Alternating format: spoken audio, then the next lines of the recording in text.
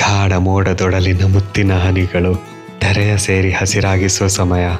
ಮುಗಿಲೆಡೆಗೆ ಮುಖ ಒಡ್ಡಿ ಆ ಹನಿಗಳ ಸ್ಪರ್ಶಿಸಿ ಕಣ್ರೆಪ್ಪೆಯ ಮೇಲೆ ಕೂತ ಮುತ್ತಿನ ಹನಿಗಳ ವರ್ಣಿಸೋ ಪದ ಹುಡುಕಲು ಸೋತಿಯೇನು.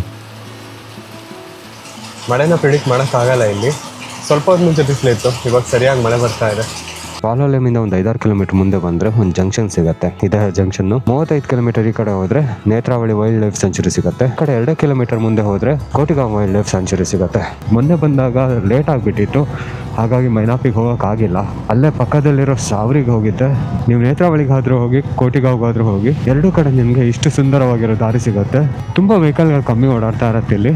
ಅವಾಗ ಆ ಕಡೆ ಹಳ್ಳಿಯವರೇ ಈ ಕಡೆ ಬರ್ತಾ ಇರೋದು ಬಿಟ್ರೆ ನಿಮಗೆ ಟೂರಿಸ್ಟ್ಗಳು ತುಂಬಾ ಕಮ್ಮಿ ಸಿಗೋದು. ಅದು ಆಫ್ ಸೀಸನಲ್ಲಿ ತುಂಬಾ ಕಮ್ಮಿ ಸಿಗೋದು. ನೇತ್ರಾವಳಿ ಹೋಗೋ ರೋಡಲ್ಲಿ ಒಂದು ದೇವಸ್ಥಾನನೂ ಕಾಣಕ್ಕೆ ಸಿಗುತ್ತೆ, ಅದನ್ನ ಮಿಸ್ ಮಾಡಬೇಡಿ. ಇದನ್ನ ಬುಡ್ಬುಡ್ ತಾಲಿ ಅಂತ ಕರೀತಾರೆ. ಬುಡ್ಬುಡ್ ತಾಲಿಗೆ ಬಂದಾಗ ಫಸ್ಟ್ ನಿಮಗೆ ದೇವಸ್ಥಾನ ಸಿಗುತ್ತೆ. ನಾನು ಶೂ ಅಲ್ಲೇ ಮೇಲೆ ಬಿಟ್ಟು ಬಂದೆ. ತುಂಬಾನೇ ಜಾರತಿ ಜಾಗ. ಸ್ವಲ್ಪ ಪಲ್ಟಿ ಹೊಡಿದಿದ್ದೆ, ಇವಾಗ ಜಸ್ಟ್ ಮಿಸ್. ನಿಮಗೆ ಗೋಪಿನಾಥರ ದೇವಸ್ಥಾನ ಸಿಗತ್ತೆ. ದೇವಸ್ಥಾನದ ಎದುರುಗಡೆ ನಿಮಗೆ ಕಲ್ಯಾಣಿ ಸಿಗತ್ತೆ. ಈ ಕಲ್ಯಾಣಿನೇ ಮೇನ್ ಅಟ್ರಾಕ್ಷನ್ ಇಲ್ಲಿ. ಯಾಕಂತ ಹೇಳಿದ್ರೆ ಈ ಕಲ್ಯಾಣಿಯಲ್ಲಿ ಕಂಟಿನ್ಯೂಸ್ ಆಗಿ ನೀರ್ ಒಳಗಡೆಯಿಂದ ಬಬಲ್ಗಳು ಬರ್ತಾ ಇರತ್ತೆ, ನೀರಿನ ಗುಳ್ಳೆಗಳು ಬರ್ತಾ ಇರತ್ತೆ. ಆ ಗುಳ್ಳೆಗಳು ನೀವು ಚಪ್ಪಾಳೆ ಹೊಡೆದಾಗ ಅಥವಾ ನೀವು ಸೌಂಡ್ ಮಾಡಿದಾಗ ಬರುತ್ತೆ ಅನ್ನೋದು ನಂಬಿಕೆ ಇದೆ ಇಲ್ಲಿ. ಗಣೇಶ ವಿಸರ್ಜನೆನೂ ಮಾಡಿದ್ದಾರೆ. ಸುಂದರವಾಗಿರೋ ಗಣೇಶ ಕಾಣ್ತಿದೆ ಅಲ್ಲಿ. ಈ ಕಲ್ಯಾಣಿನ ಚೆನ್ನಾಗಿ ಮೇಂಟೈನ್ ಮಾಡಿಲ್ಲ ಅಂತ ಹೇಳಿದ್ರು ಎಷ್ಟು ಸುಂದರವಾಗಿ ಕಾಣ್ತಿದೆ. ಆಕಾಶನೇ ಕಾಣ್ತಾ ಇದೆ ನಿಮ್ ನೀರಿನ ಮೇಲೆ. ಆದ್ರೆ ಎಲ್ಲಾದ್ರೂ ಒಂಚೂರು ಕಾಣ್ಬೋದಾ ಏನೋ. ಇದಿಷ್ಟು ಜಾಗದಲ್ಲಿ ತುಂಬಾ ಚೆನ್ನಾಗಿ ಬರ್ತಾ ಇದೆ, ಕ್ಯಾಪ್ಚರ್ ಮಾಡಕ್ ಆಗ್ತಾ ಇಲ್ಲ ಅಷ್ಟೇ. ಆ ಭಾಗ ನೇತ್ರಾವಳಿ ವೈಲ್ಡ್ ಲೈಫ್ ಸ್ಯಾಂಚುರಿ. ಇದು ಸಂಗೇಮ್ ಅಂತ ಹಳ್ಳಿ. ನೀವೇನಾದ್ರೂ ಹೊಟ್ಟೆಗೆ ತಿನ್ಬೇಕಾದ್ರೆ ಇಲ್ಲೇ ತಿನ್ಕೊಂಡು ಹೋಗಿ, ಅಥವಾ ಇಲ್ಲೇ ಏನಾದ್ರೂ ಪಾರ್ಸಲ್ ಮಾಡ್ಕೊಂಡು ಹೋಗಿ. 1-2 ರೆಸ್ಟೋರೆಂಟ್ಸ್ಗಳು ಸಿಗತ್ತೆ ಇಲ್ಲಿ. ಮುಂದೆ ಹೋದ್ರೆ ತಿನ್ನಕ್ಕಂತೂ ಏನೂ ಸಿಗಲ್ಲ ನಿಮಗೆ. ಬುಡ್ಬುಡ್ ತಾಲಿಗೆ ಒಂದು 30 ಕಿಲೋಮೀಟರ್ ಆಗುತ್ತೆ ಅನ್ಸುತ್ತೆ. ಅಲ್ಲಿಂದ ಒಂದು 5 ಕಿಲೋಮೀಟರ್ ಬಂದರೆ ನಿಮಗೆ ಇಲ್ಲಿ ಎಂಟ್ರಿ ಪಾಯಿಂಟ್ ಸಿಗುತ್ತೆ. ಈ ಚೆಕ್ ಪೋಸ್ಟಲ್ಲಿ ನೀವು ಟಿಕೆಟ್ ಬೈ ಮಾಡಬೇಕಾಗತ್ತೆ. ಆದಷ್ಟು ಕ್ಯಾಶ್ನ ತನ್ನಿ, ಆಯಿತಾ? ಯಾಕಂತ ಹೇಳಿದ್ರೆ ಇಲ್ಲಿ ನೆಟ್ವರ್ಕ್ ಇಲ್ಲ. Thank you. ಒಬ್ಬರಿಗೆ 100 ರೂಪೀಸ್ ಆಗುತ್ತೆ, ಬೈಕಿಗೆ 50 ರೂಪಾಯಿ. ಯಾವ್ಯಾವ ಕ್ಯಾಮ್ರಾಗಳಿಗೆ ಹೇಗೆ ಚಾರ್ಜ್ ಮಾಡ್ತಾರೆ ಅಂತ ಗೊತ್ತಿಲ್ಲ. ಇಲ್ಲಿ ನಾನು ಆಕ್ಷನ್ ಕ್ಯಾಮ್ರಾ ಅಂದರೆ 50 ರೂಪಾಯಿ ಚಾರ್ಜ್ ಮಾಡಿದ್ದಾರೆ. 250 ಕಾಣಲೆ. ಓ ಸಾರಿ ಮಿಸ್ಕೆಲ್ಲ. ಕನ್ವೀನಿಯನ್ಸ್ ಫೀ ಅಂತ ಹೇಳ್ಬಿಟ್ಟು ಒಂದು 50 ರೂಪೀಸ್ ತೊಗೊಂಡು ಟೋಟಲ್ 250 ರೂಪೀಸ್ ಆಯಿತು. ನೇತ್ರಾವಳಿ ವೈಲ್ಡ್ ಲೈಫ್ ಸ್ಯಾಂಚುರಿ. ಮೈನಾಪಿ ಬೇತಾ. ಇಲ್ಲಿ ಬಂದಾಗ ಸಾವ್ರಿ waterfall, ಮೈನಾಪಿ waterfall, Ravana Dogri hill ಹೋಗ್ಬೋದು. ಜೊತೆಗೆ ಸಾವ್ರಿ ವಾಚ್ ಟವರ್ ಅಂತ ಇದೆ. ಎಂಟ್ರಿ ಪಾಯಿಂಟಿಂದ ಒಂದು 1/2 ಕಿಲೋಮೀಟರ್ ಮುಂದೆ ಬಂದರೂ ಕೂಡ ನಿಮಗೆ ಮೈನಾಪಿ ಹೋಗೋ ದಾರಿ ಸಿಗುತ್ತೆ. ಸ್ಟ್ರೈಟ್ ಹೋದರೆ ಸಾವ್ರಿಗೆ ಹೋಗ್ತೀರಾ. ಮೈನಾಪಿಗೆ ಈ ಸೈಡ್ ಹೋಗಬೇಕಾಗತ್ತೆ. ಇಲ್ಲಿ ಬರ್ದಿದ್ದಾರೆ ನೋಡಿ 4.5 ಕಿಲೋಮೀಟರ್ಸ್ ಅಂತ ಹೇಳ್ಬಿಟ್ಟು. ಆದರೆ ನಿಮ್ಮ ಗಾಡಿ ಹೋಗೋದು ಇಲ್ಲಿ ತನಕ ಮಾತ್ರ. ಇನ್ನೊಂದು 100 ಮೀಟರ್ ತನಕ ಮಾತ್ರ ಅಲೋ ಮಾಡ್ತಾರೆ.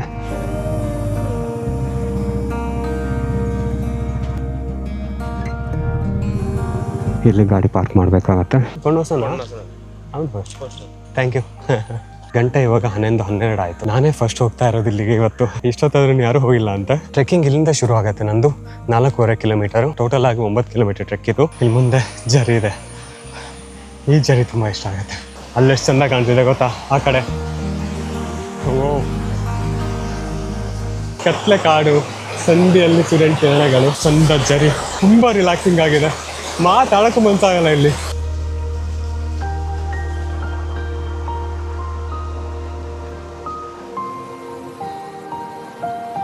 ಹಂಗೆ ನೋಡ್ಕೊಂಡು ಬರ್ತಿರ್ಬೇಕಾದ್ರೆ ಮನ್ಸು ತಂಪು ಮಾಡೋಕೆ ಒಂದು ಒಳ್ಳೆ ವ್ಯೂ ಸಿಕ್ತು.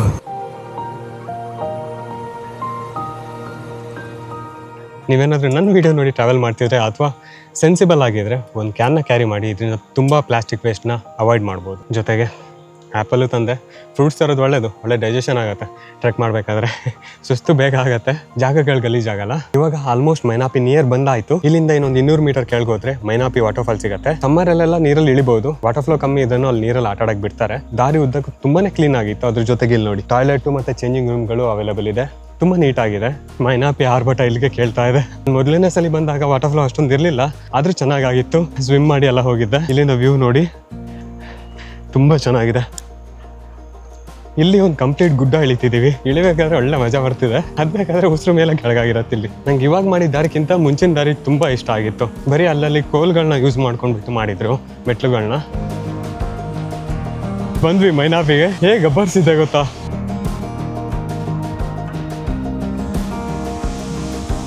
ಇಲ್ಲಿ ನೋಡಿ, ಇಲ್ಲಿ ವಾವ್, ಸೂಪರ್. ಅಲ್ಲಿ ಹೋದ್ರೆ ಫುಲ್ ಥಂಡಿಯಾಗಿ ಹೋಗ್ತೀವಿ. ಇಲ್ಲಿ ಸೆಕ್ಯೂರಿಟಿ ಇರೋಕ್ಕೆ ಜಾಗ, ಸೆಕ್ಯೂರಿಟಿಗೆ ಅಂತ ಕೆಳಗಿನೂ ಜಾಗ ಇದೆ. ಈ ರೀತಿ ನೀರು ಬರ್ತಿದೆ ಅಲ್ಲ, ಅವ್ರಿಗೆ ಇರೋಕ್ಕಾಗಲ್ಲ ಇಲ್ಲಿ.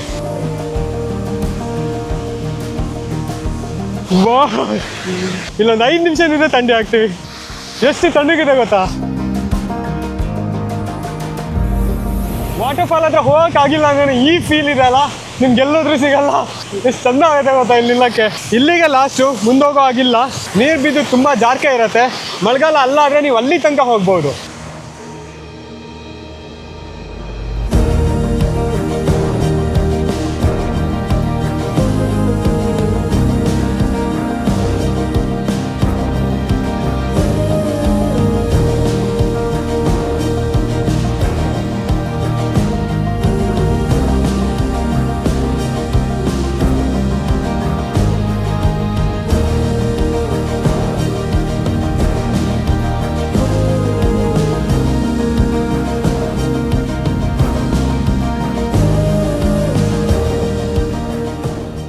ನಿಂತಿದ್ದೊಂದು 2-3 ನಿಮಿಷ ಫುಲ್ ಥಂಡಿ ಮಾಡಿ ಹಾಕ್ತು. ಮನ್ಸಿಗೆ ಸಮಾಧಾನ ಆಯಿತು. ಮೈನಾಪಿಯಿಂದ ಹೊರಡೋಣ. ಗಂಟೆ ಇವಾಗ 1 ಆಯಿತು. ನಾನು ಅಲ್ಲಿಂದ ಬಿಡಬೇಕಾದ್ರೆ 11 ಕಾಲ್ ಆಗಿತ್ತು. ಇಲ್ಲಿ ಬಂದು ಮತ್ತೆ ಒಂದಷ್ಟು ವೀಡಿಯೋ ಕ್ಯಾಪ್ಚರ್ ಮಾಡಿಕೊಂಡು ಹೊರಡ್ತಾ ಇರೋದು ವಾಪಸ್. ಇವಾಗ ಹೆಚ್ಚು ಕಮ್ಮಿ 1.5 ಗಂಟೆ ಬೇಕಾಯ್ತು ನಂಗೆ ಇಲ್ಲಿಗೆ ರೀಚ್ ಆಗೋಕ್ಕೆ. ಮತ್ತು ಇಲ್ಲಿ ಒಂದು ಸ್ವಲ್ಪ ಹೊತ್ತು ಕ್ಯಾಪ್ಚರ್ ಮಾಡೋದು ಅದು ಇದು ಅಂತ ಹೇಳ್ಬಿಟ್ಟು ಮತ್ತು ಬರೋ ದಾರಿಯಲ್ಲೂ ಕ್ಯಾಪ್ಚರ್ ಮಾಡ್ಕೊಂಡು ಬಂದೆ. ಹಾಗಾಗಿಬಿಟ್ಟು ಸ್ವಲ್ಪ ಟೈಮ್ ಜಾಸ್ತಿ ಹಿಡಿಯಿತು. ಏಜ್ ಆದವರಿಗೆ ಮತ್ತು ಬಿಗಿನರ್ಸ್ ಆದರೆ ಸ್ವಲ್ಪ ಕಷ್ಟ ಆಗುತ್ತೆ. ಯಾಕಂದರೆ ಒಂದು 2 ಗುಡ್ಡ ಹತ್ತಿ ಇಳಿಯೋದು ಅನ್ಸುತ್ತೆ. ಒಂದು ಗ್ರೂಪ್ ಇತ್ತು, ಜೊತೆಗೆ ಮಾತಾಡ್ಕೊಂಡು ಬಂದ್ರು ಅಂತ ಹೇಳಿದ್ರೆ ಒಳ್ಳೆ ಟೈಮ್ ಪಾಸ್ ಆಗುತ್ತೆ. ಇಂಥ ಜಾಗದಲ್ಲಿ ಒಬ್ಬೊಬ್ಬನೇ ಬಂದಾಗ ತುಂಬ ಎಂಜಾಯ್ ಮಾಡ್ತೀನಿ. ಯಾಕಂತ ಹೇಳಿದ್ರೆ ಯಾವ ಕಿರಿಕಿರಿ ಇರಲ್ಲ. ನಾನು ನಿಮ್ಮ ಜೊತೆ ಒಂದಷ್ಟು ಮಾತುಕತೆ ಆಡ್ತೀನಿ ಬಿಟ್ರೆ ಕಂಪ್ಲೀಟಾಗಿ ನೇಚರ್ನ ಎಂಜಾಯ್ ಮಾಡ್ಕೊಂಡು ಬರ್ತೀನಿ. ಮತ್ತು ಹೋಗೋ ದಾರಿನ ಮತ್ತೆ ತೋರಿಸ್ಕೊಂಡು ಹೋಗೋದು ಅರ್ಥ ಇರಲ್ಲ. ಎಂಟ್ರೆನ್ಸಿಗೆ ಹೋಗಿ ಸಿಗ್ತೀನಿ. ಇದೊಂದು ಟೆಂಪಲ್ ಇದು.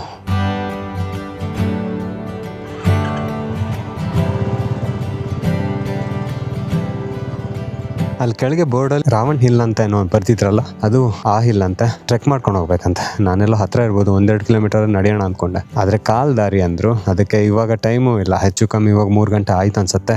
ಮೈನಾಪಿ ಮುಗಿಸ್ಕೊಂಡ್ಬಿಟ್ಟು ನಾವಿವಾಗ ಕೋಟಿಗಾವಿಗೆ ಬಂದಿದ್ದೀವಿ. ಕೋಟಿಗಾವಲ್ಲಂತೂ ತುಂಬಾನೇ ಇದೆ ಎಕ್ಸ್ಪ್ಲೋರ್ ಮಾಡೋಕ್ಕೆ. ಪರ್ಟಿಕ್ಯುಲರ್ ಆಗಿ ಆಫ್ ರೋಡಿಂಗ್ ಟ್ರಾವೆಲ್ಸ್ ಇದೆ. ಅದನ್ನು ನಾನು ಮುಂದೆ ಪೋಸ್ಟ್ ಮಾಡ್ತೀನಿ. ಇವಾಗ ಬರೀ ಒಂದು ಟ್ರೀ ಹೌಸ್ ನೋಡ್ಕೊಂಡು ಬನ್ನಿ. ನಾನು ಆಲ್ಮೋಸ್ಟ್ ಕುಷ್ಕಮ್ ಅಥವಾ ಕುಷ್ಕೆ ವಾಟರ್ಫಾಲ್ ನಿಯರ್ ರೀಚ್ ಆಗ್ತಾ ಇದ್ದೀನಿ.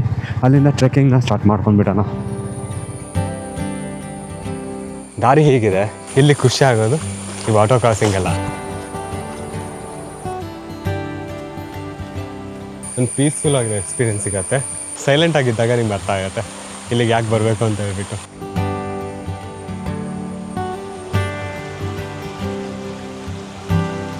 ನಾವು ನೋಡೋಕೆ ಬಂದು ಟ್ರೀ ಹೌಸು ಇಲ್ಲಿದೆ. ನಾವು ಅಲ್ಲಿಗೆ ಹತ್ಬೋದು. ಇವಾಗ ಸ್ವಲ್ಪ ರಿಸ್ಕಿ ಅನ್ಸುತ್ತೆ. ಲಾಸ್ಟಲ್ಲಿ ಹತ್ತಿದ್ದೀನಿ ಅದಕ್ಕೆ.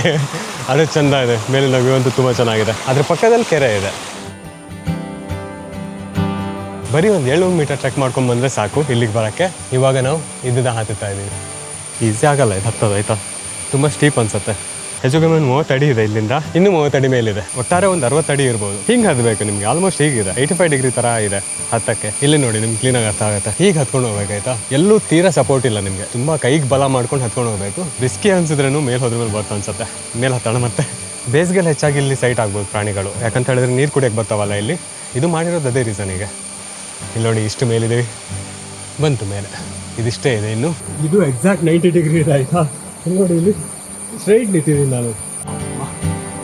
ಬಂದ್ವಿ ಮೇಲಕ್ಕೆ. ಮೇಲಿಂದ ಅಂತೂ ಅದ್ಭುತವಾಗಿ ಕಾಣುತ್ತೆ. ಆದರೆ ಇದು ಸ್ವಲ್ಪ ಹಳೇದು ಅನ್ಸುತ್ತೆ. ಇದೆ ಕಾನ್ಫಿಡೆನ್ಸ್ ಬರೋಲ್ಲ. ಸ್ವಲ್ಪ ಹೆಜ್ಜೆ ಇಡಬೇಕಾದ್ರೆ ನೋಡ್ಕೊಂಡು ಹೆಜ್ಜೆ ಇಡಬೇಕು. ಮಳೆಗಾಲ ಆಗಿರೋದ್ರಿಂದ ಈ ಫ್ಲೋರೆಲ್ಲ ಒದ್ದಾಗಿ ಪುಡಿ ಆಗಿದೆ. ಅದಕ್ಕೆ ಸ್ವಲ್ಪ ಕಾನ್ಫಿಡೆನ್ಸ್ ಕಮ್ಮಿ ಆಗುತ್ತೆ ಇಲ್ಲಿ ನಡಿಬೇಕಾದ್ರೆ. ಆದರೆ ಇಲ್ಲಿಂದ ವ್ಯೂ ಮಾತ್ರ ವರ್ತ್. ಇಲ್ಲಿ ನೋಡಿ ಎಷ್ಟು ಚಂದ ಅನ್ಸುತ್ತೆ ಅಂತ ಹೇಳಿ. ಈ ಕಡೆನೂ ಅಷ್ಟೇ. ಕೆಲವು ಕ್ಷಣಕ್ಕೋಸ್ಕರ ಒಂದು ಪುಟ್ಟ ಮನೆ ನಮ್ಮದು. ಎಷ್ಟೇ ದೊಡ್ಡ ಮನೆ ಕಟ್ಸ್ಕೊಳ್ಬೋದು, ಈ ರೀತಿ ಎಕ್ಸ್ಪೀರಿಯೆನ್ಸ್ ಕೊಡಲ್ಲ. ಅದು ಕ್ಲೀನಾಗಿ ಕೆರೆ ಕಾಣುತ್ತೆ. ಎನಿಮಲ್ ಸೈಟ್ ಆಗೋಕ್ಕಂತೂ ಒಳ್ಳೆ ಜಾಗ ಇದು. ಕೋಟಿಗಾಂವ್ ಬಂದಾಗ ಈ ಜಾಗಕ್ಕೆ ಬರೋದನ್ನ ಮರಿಬೇಡಿ. ಈಗ ಇಳಿಯುವ ಇವಾಗ ಮತ್ತೆ ಇಳಿಬೇಕಾದ್ರೆ ತುಂಬ ಕೇರ್ಫುಲ್ ಆಗಿರಿ. ಇಲ್ಲಿ ನೋಡಿ, ಇಲ್ಲಿ ಅರ್ಥ ಆಗತ್ತೆ ಅಂದ್ಕೊಂಡಿದ್ದೀನಿ. ಮಕ್ಕಳಿಗೆ ಸೇಫ್ ಅಂತೂ ಅಲ್ಲ. ಸ್ವಲ್ಪ ಸೇಫಾಗಿ ಇಳಿತೀನಿ ಕ್ಯಾಮ್ರಾಕ್ಕೆ ಒಳಗಿಟ್ಕೊಂಡು. ಟ್ರೀ ಹೌಸ್ ಮಜವಾಗಿತ್ತು ಅಂದ್ಕೊಂಡಿದ್ದೀನಿ. ಇವಾಗ ನಾನು ಬಂದಿರೋದು ಕುಷ್ಕಮ್ ಅನ್ನೋ ಸುಂದರವಾದ ಹಳ್ಳಿಗೆ. ಈ ಸುಂದರ ಹಳ್ಳಿಯಲ್ಲಿರೋ ಮೇನ್ ಅಟ್ರಾಕ್ಷನ್ ನಮಗೋಸ್ಕರ ಅಂತ ಹೇಳಿದ್ರೆ ಅದು ಅಲ್ಲಿ ಕಾಣ್ತಿದೆ ಅಲ್ಲ ವಾಟರ್ಫಾಲ್. ಅದು ಅದ್ರ ಜೊತೆಗೆ ಒಂದು ಮಹಾದೇವ್ ಟೆಂಪಲ್ಲು ಇದೆ.